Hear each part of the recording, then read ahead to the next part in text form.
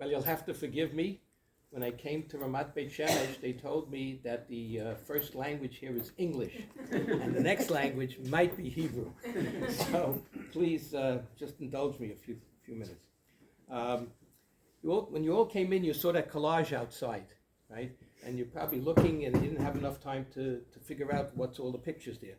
So I'd like to give a brief overview of who I am and what my relationship is to Uncle Teddy, Oliver Shalom. And, I'm a nephew to Uncle Teddy and Aunt Chaviva.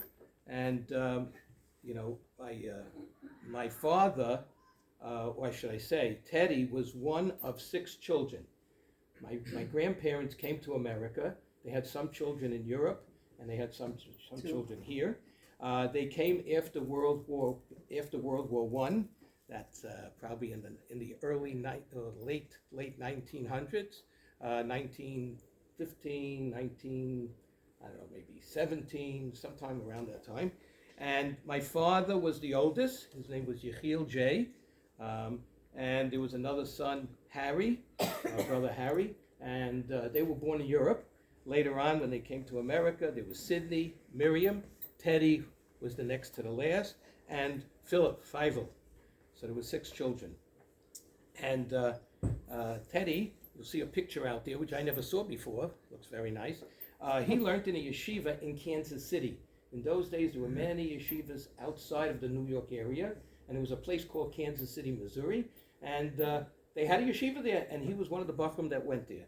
And then later on, after he finished the yeshiva, he served in the army. He was, from 1954 to 1956, he served in the army, and I always thought he was a chaplain's assistant, but then my Aunt Chaviva was telling everybody he was a Morse code operator, right? She was saying, right? Before he became a chaplain. Before he became a chaplain's assistant. I only knew him as a chaplain's assistant for Rabbi Novik, because I knew Rabbi Novik. Right. So he was a Morse code operator, and he would signal to people what to do by Morse code. Okay.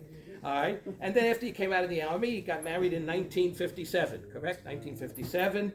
And they were married for close to over 64 years, a long time. All right. And he worked in sales in the chemical company and different odd jobs and everything. But the most important thing of his career, besides working, was he was very shulin oriented. He loved to do things for the shul. He took an active part in different shuls in the different communities they lived in. He lived in a community called New Hyde Park, and there was a young Israel there for Rabbi, and that rabbi there was Rabbi Belitsky. I don't know if anybody here knew him.